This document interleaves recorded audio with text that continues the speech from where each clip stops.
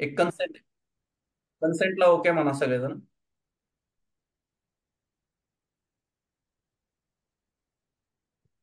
नमस्कार. आजच्या या युनायटेड नेशन्स एन्व्हायरमेंट प्रोग्रामच्या 2024च्या या भागामध्ये आपणा सर्वांचं स्वागत. या भागाचं हे झूम लाईव्ह सेशन असणार आहे. मुलाखतीचं सत्र. दोन जणांच्या मुलाखती आपण घेणार आहोत की ज्या खूप महत्वाच्या आहेत, कारण आपण वेगवेगळ्या क्षेत्रातली माणसं यामध्ये निवडलेली आहेत आणि खूप प्रतितयश असं ज्यांनी काम केलेलं आहे असे एक शिक्षक आहेत आणि एक गिर्यारोहक आहेत. तर यांच्या आपण आज मुलाखती घेणार आहोत आणि याचं थेट प्रक्षेपण आपण करणार आहोत 5 तारखेला, पर्यावरण दिनाच्या दिवशी. आपल्याला त्या दिवशी खूप कार्यक्रम बिझी असणार आहे. इवन धनराज सरांच्या इथे सुद्धा वनराईमध्ये खूप मोठे कार्यक्रम असणार आहेत. विनोद सर त्यांच्या परिक्रमेमध्ये असणार आहेत. त्यामुळे म्हणून मग हे नियोजन आपण आज रोजी घेत आहोत. तर मी आजचा प्रोग्रामचा मॉडरेटर या नात्याने हनुमंत देशमुख तुमच्या सर्वांचं स्वागत करतो. आपले आजचे ज्यांची मुलाखत घ्यायची आहेत त्या दोन मुलाखतीचे सन्मानार्थी आज इथं उपस्थित आहेत. सर्वप्रथम आहेत विनोद शेंडगे सर, की जे अक्षर आनंद वाचन संस्कार केंद्राचे प्रवर्तक आहेत. गेली 10 वर्षे खूप परिश्रमाने हे अक्षर आनंद वाचन चळवळ त्यांनी चालवलेली आहे. एक उत्तम शिक्षक आहेत, हाडाचे शिक्षक आहेत. वाचन विषयी वाचन चळवळीची जागृती करणं, त्याचबरोबर शिक्षणाची आस्था असलेलं हे व्यक्तिमत्व आहे. आणि अशा व्यक्तिमत्वाचं ज्यावेळेस वेगवेगळ्या प्रदेशामध्ये जाणं होतं, त्या अनुषंगाने त्यांना अनुभवलेला निसर्ग आज आपण त्यांच्या तोंडून ऐकणार आहोत. विनोद सर, तुमचं या मुलाखत सत्रामध्ये स्वागत आहे. नमस्कार सर. नमस्कार.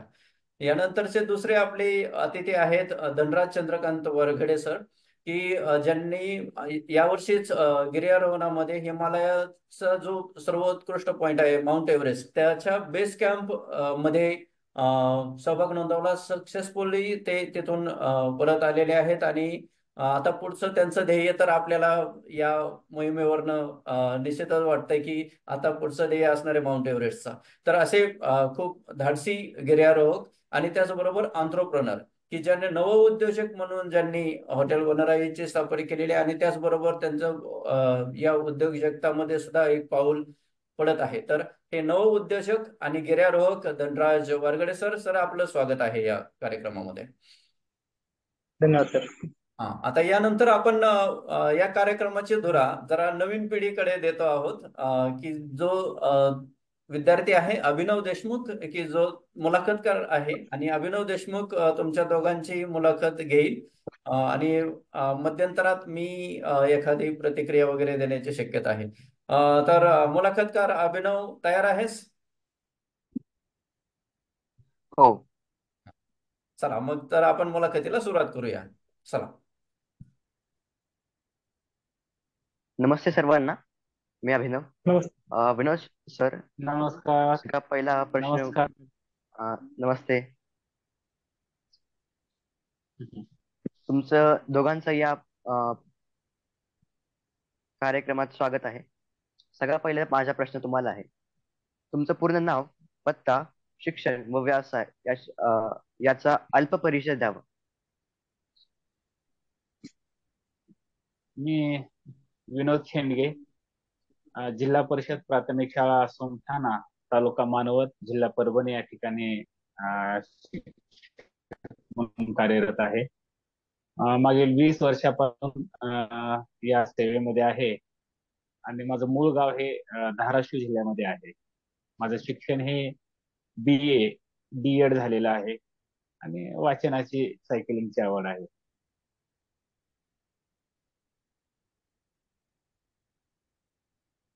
धन्यवाद सर. धनराज सर, माझा पुढचा प्रश्न तुम्हाला. तुमचे पूर्ण नाव, पत्ता व शिक्षण याविषयी काही माहिती द्या. सर्वप्रथम नमस्कार सगळ्यांना. नमस्कार. माझं नाव धनराज चंद्रकांत वारकडे. शिक्षण ग्रॅज्युएशन चालू आहे आता आणि सोबतच हॉटेल व्यवसाय पण सांभाळतो मी. राहिला बकोरी गाव म्हणून एक वाघोलीपासून एक 7-8 किलोमीटर बकोरी गाव म्हणून आहे. तिकडे राहिलाय. आणि माउंटेनिंगची आपली सह्याद्रीमध्ये ट्रेक करता करता ह्याची आवड निर्माण होता होता मी म्हणजे आपण हिमालयाची पण आवड निर्माण झाली. आणि आता ते व्यवसाय करता करता ते सुद्धा छंद जो आहे तो सुद्धा मी या ठिकाणी नाही का व्यवसाय करता करता देखील ते आपले जे समजा सह्याद्रीत जरी ट्रेक असेल ते ते देखील करतो. आणि हिमालयात देखील असते ते देखील करतो.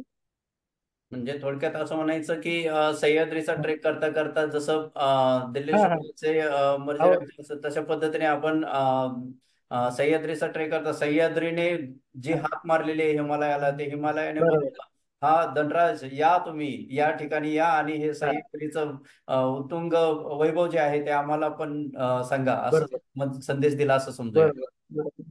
चला असं बरोबर. अभिनव.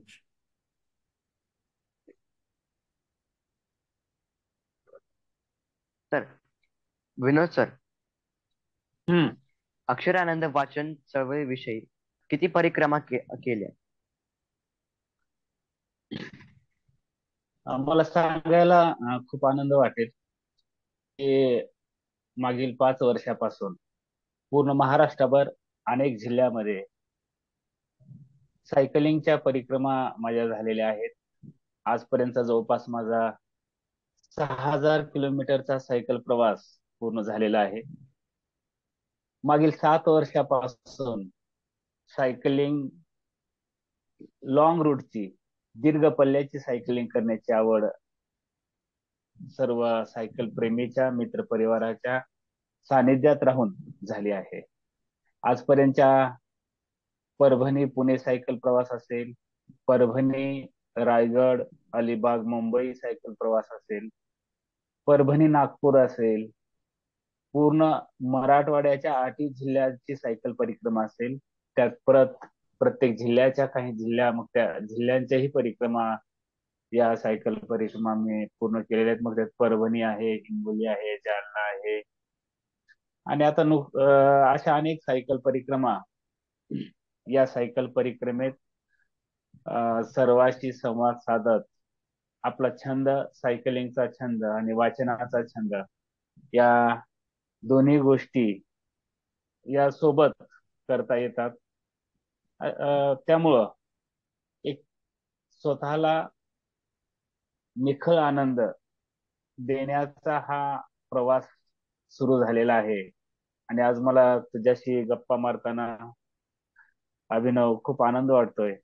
तुझ्याशी चर्चा करताना संवाद करताना पुन्हा एकदा हा प्रवासाचा आढावा घेत असताना वाचन चळवळीचा आढावा घेताना पुन्हा त्या गोष्टी ते क्षण आठवतात आणि पुन्हा त्या गोष्टी त्या क्षणामध्ये जाऊन आपण परत परत त्याचा आनंद घेत असतो.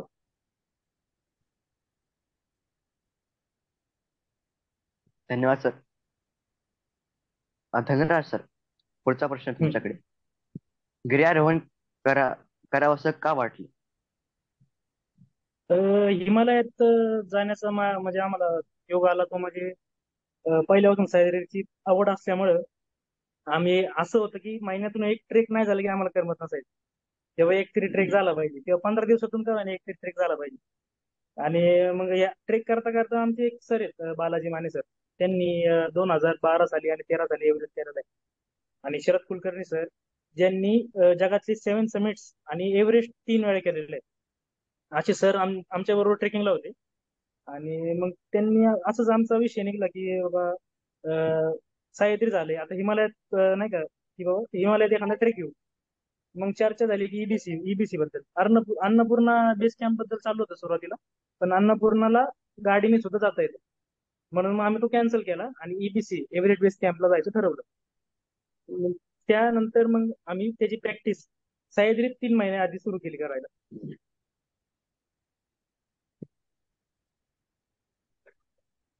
आणि बेस कॅम्प साठी कोणत्या संस्थेद्वारे गेला?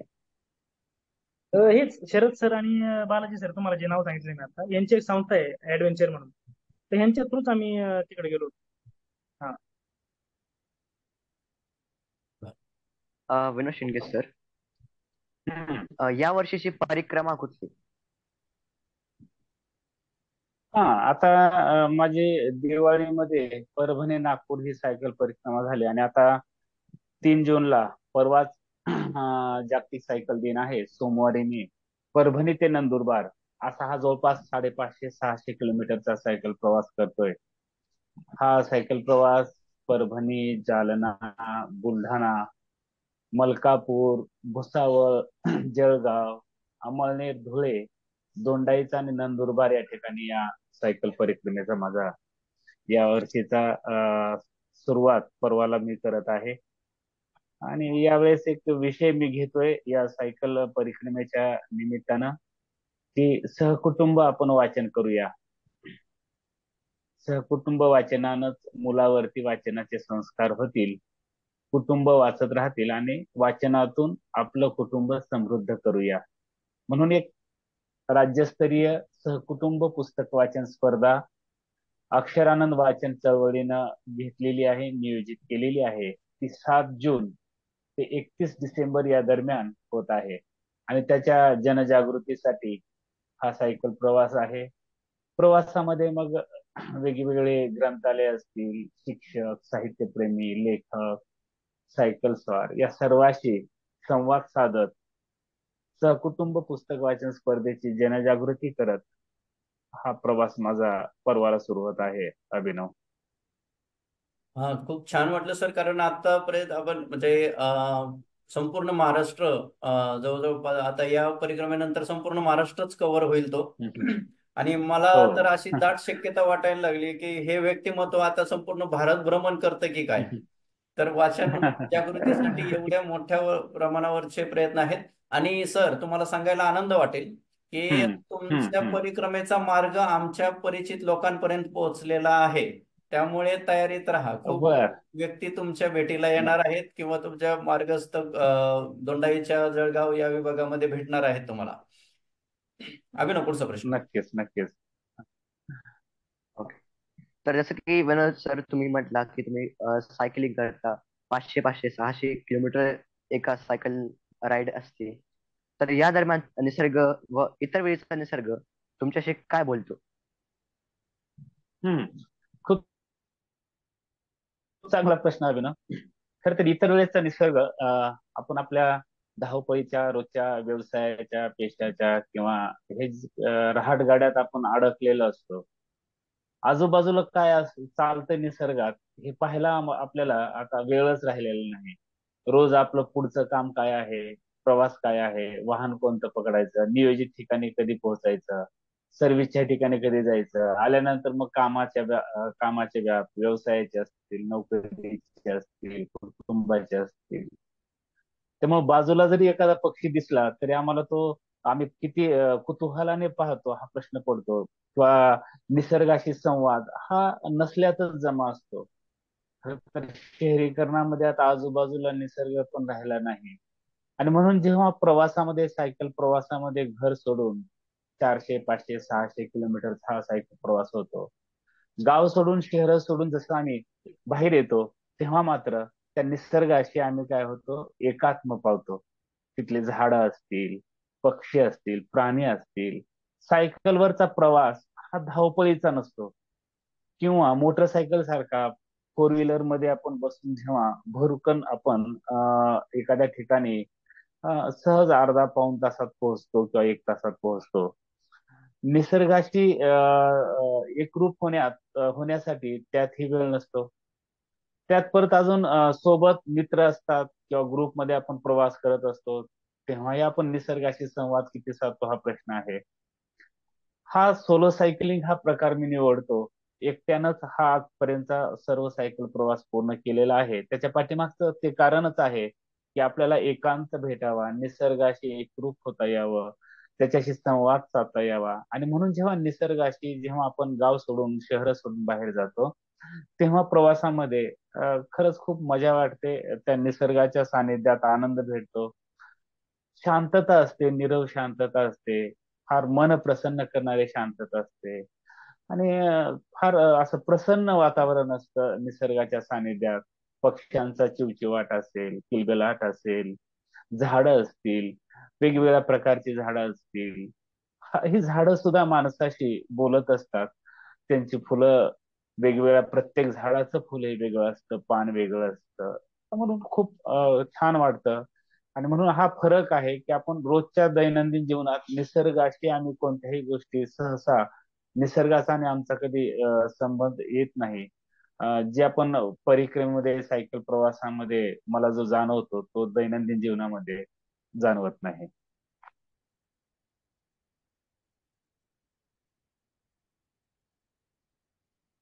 आवाज अभिनव, अभिनव तुझा आवाज mute, you're on mute.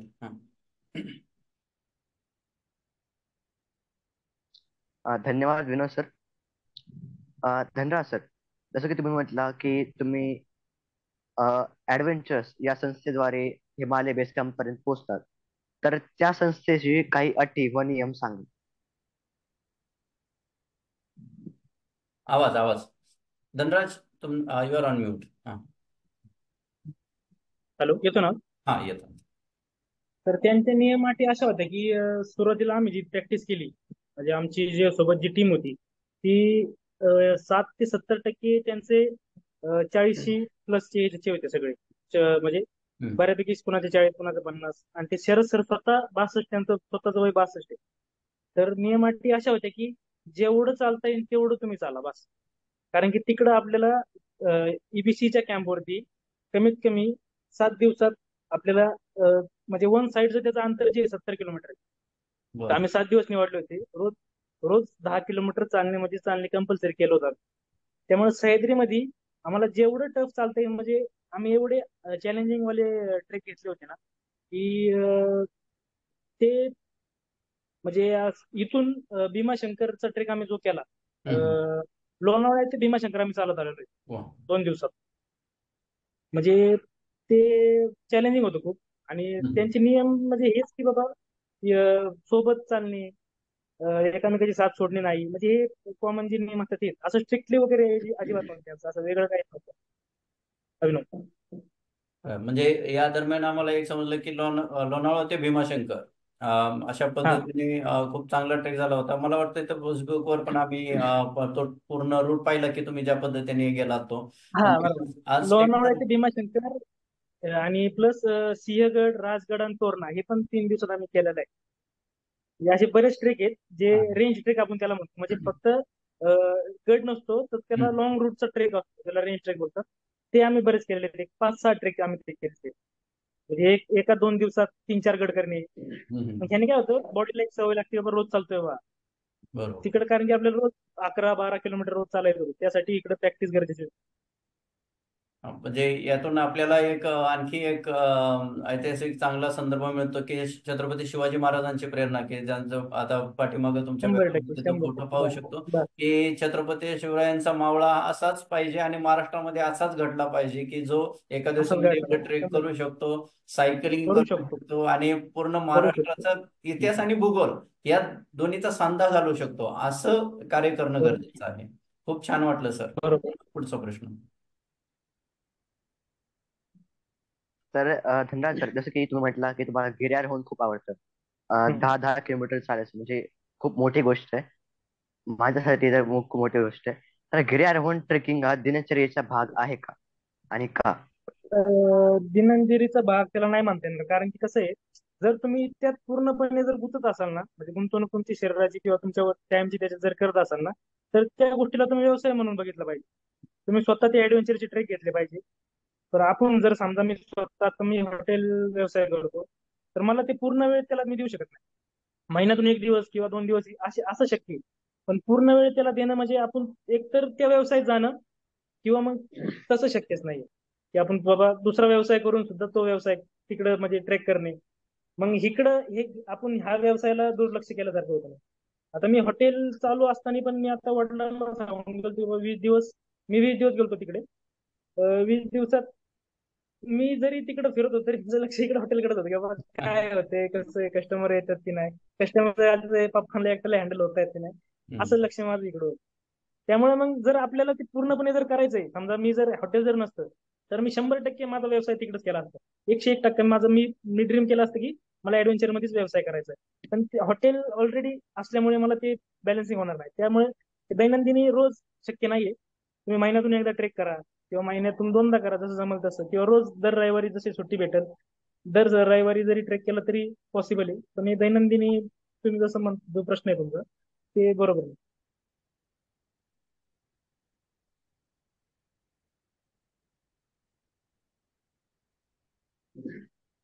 Vinod sir, हम्म. पर्यावरण निसर्ग संवर्धन याविषयी कार्य करणारी माणसे व संस्था भेटतात का? हा, नक्कीच. सायकल चालवणं हा एक पर्यावरणाचाच भाग आहे. जी काय अलीकडं प्रदूषण, ध्वनी प्रदूषण किंवा हवा प्रदूषण, अ, याच्या पेट्रोलिंग, डिझेलिंग, याच्यामुळं जे अतिशय वाढत आहे, आणि म्हणून आपण सायकलचा वापर ज्या ठिकाणी शक्य आहे त्या ठिकाणी केला पाहिजे. आणि ह्या सायकल प्रवासामध्ये नक्कीच आवर्जून पर्यावरण प्रेमी माणसं असतील, संस्था असतील, यांची भेट होते, त्यांच्याशी संवाद होतो. याच्यामध्ये एक मला खरं सांगायला आवडेल की रामभाऊ दोडके म्हणून एक हिंगोली, मी मराठवाडा सायकल परिक्रमा करत असताना हा एक अवलिया मला भेटला. खूप सुंदर वृक्षावरती तो काम करतो, आणि प्रत्येकाच्या वाढदिवसाला तो वृक्ष भेट देतो. त्या वृक्षाच्या आठवण, त्याच्या वाढदिवसाची आठवण म्हणून तो झाड त्याच्या परिसरामध्ये, त्याच्या अंगणामध्ये, त्याच्या शेतामध्ये तो लावतो. एवढंच काय, सासूचं झाड, सुनेचं झाड, भावाचं झाड, बहिणीचं झाड, लग्न वाढदिवसाचं झाड, असं कोणतं ना कोणतं निमित्त साधून तो झाडं लावतो. त्यांच्या घरी राहण्याचा योग आला होता. तर आजूबाजूला खूप झाडं, वटवृक्ष, कल्पवृक्ष, जी काय आपण आपली देशी झाडं आहेत, ते एका ड्रम मध्ये, बकेट मध्ये ते घेऊन येतात भंगारमधून, आणि त्याच्यामध्ये ते झाडं लावतात. आणि आपल्या मित्र परिवाराला किंवा नातेवाईकांना किंवा गल्लीमध्ये ती झाडं त्या वाढदिवसानिमित्त, त्या व्यक्तीच्या वाढदिवसानिमित्त ते झाड ते भेट देतात. नुसतं भेट देत नाहीत, तर ते लावतात, त्याचं संगोपन करतात, आणि पुढच्या दिवशी, पुढच्या वर्षी वाढदिवसाला त्या ठिकाणी ते पुन्हा वाढदिवस साजरा करण्यासाठी एकत्र येतात. एवढंच नाही, तेही एक सायकल प्रेमी आहेत. त्यांच्या मनात येतं तेव्हा ते सायकलवरती झाडाची कुंडी, बकेट ठेवतात, आणि त्या हिंगोली शहरामध्ये तो आजूबाजूला ते झाडावरती, ते सायकलवरती फिरतात.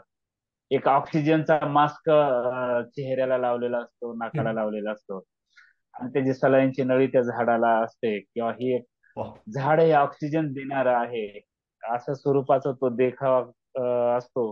आणि ते पूर्ण शहरामध्ये ते फिरत राहतात.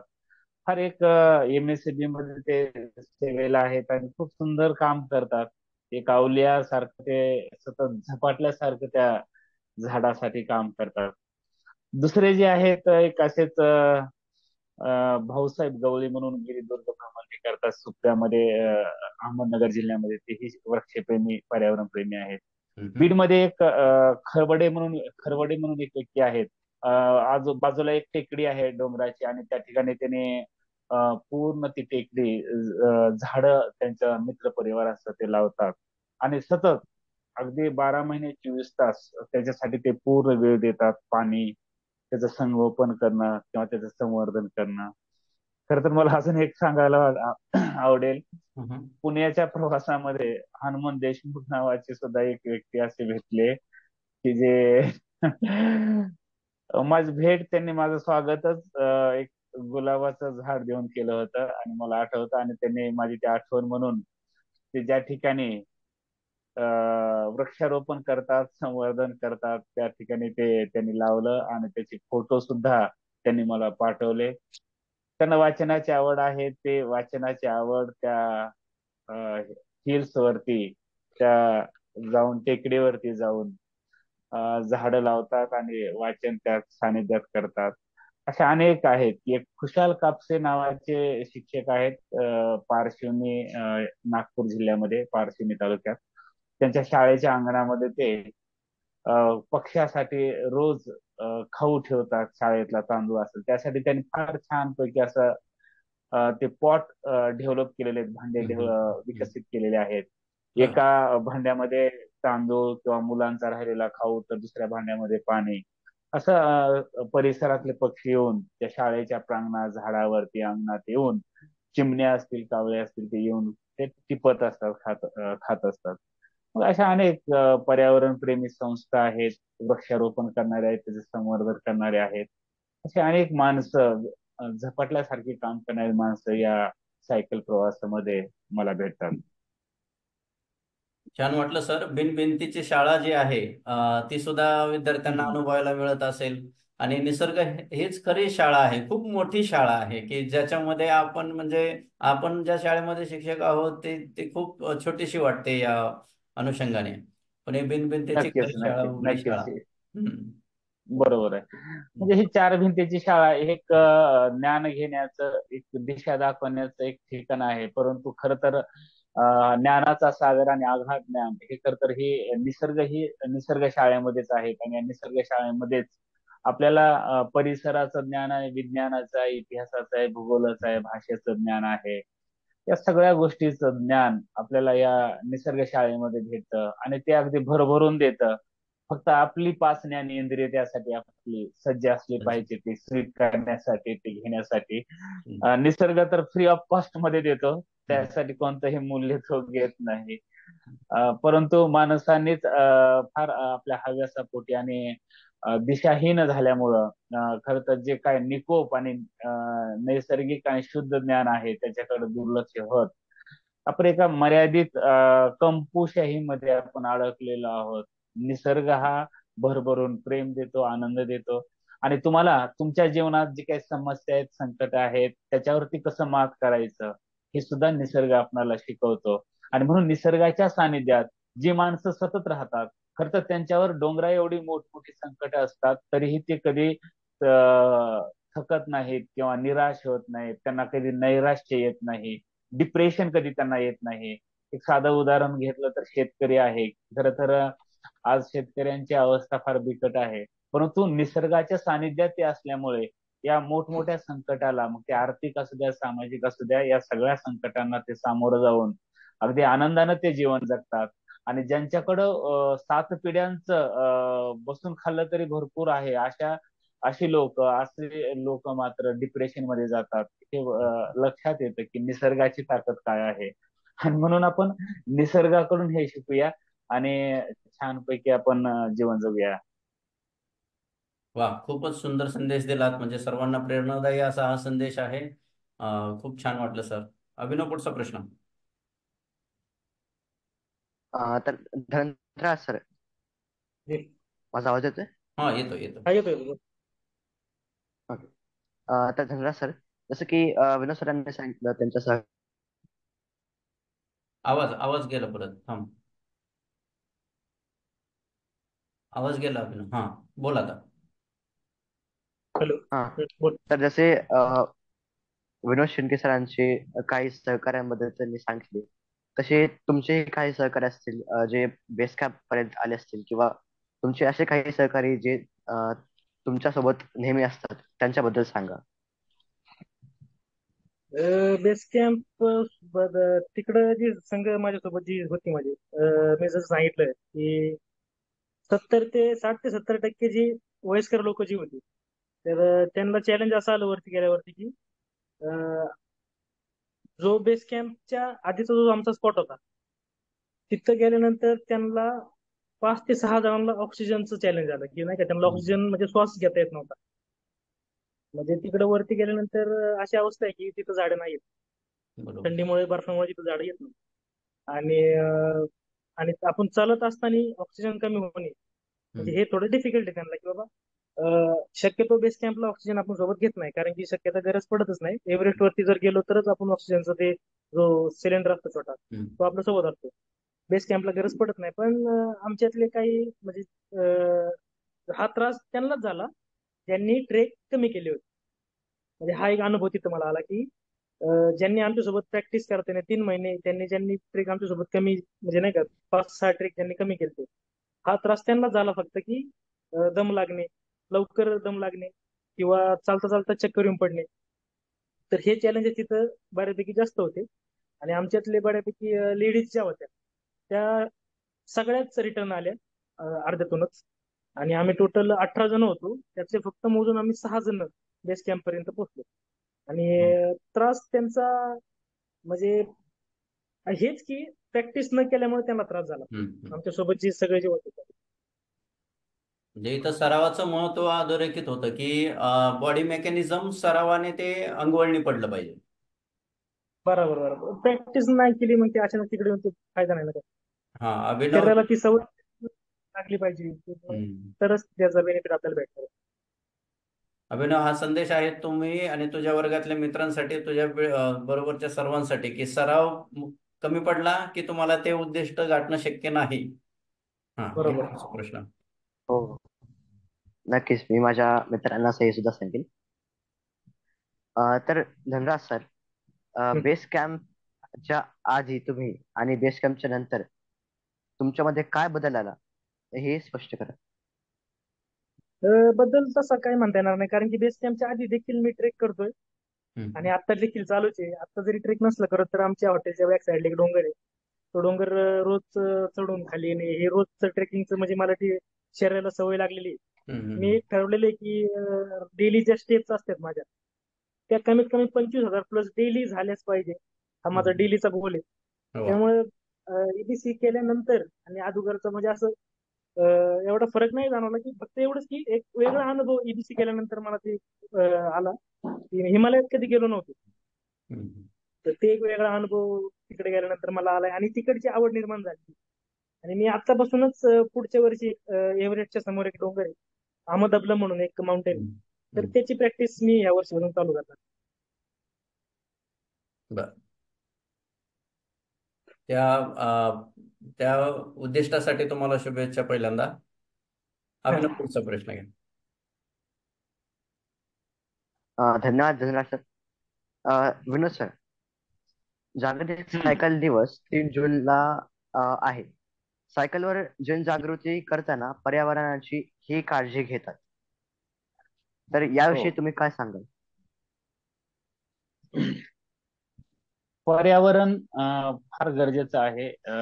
फक्त माणसासाठीच नाही तर प्रत्येक सजीवासाठी ते गरजेचं आहे. ही पृथ्वी फक्त माणसांचीच नाही तर ती प्रत्येक जीवजंतूची आहे. वेगवेगळ्या पक्षी असतील, वेगवेगळे प्राणी असतील, झाडं असतील, ही जी जैवविविधता आहे ती आपण जपली पाहिजे. पर्यावरण आपण जपलं पाहिजे.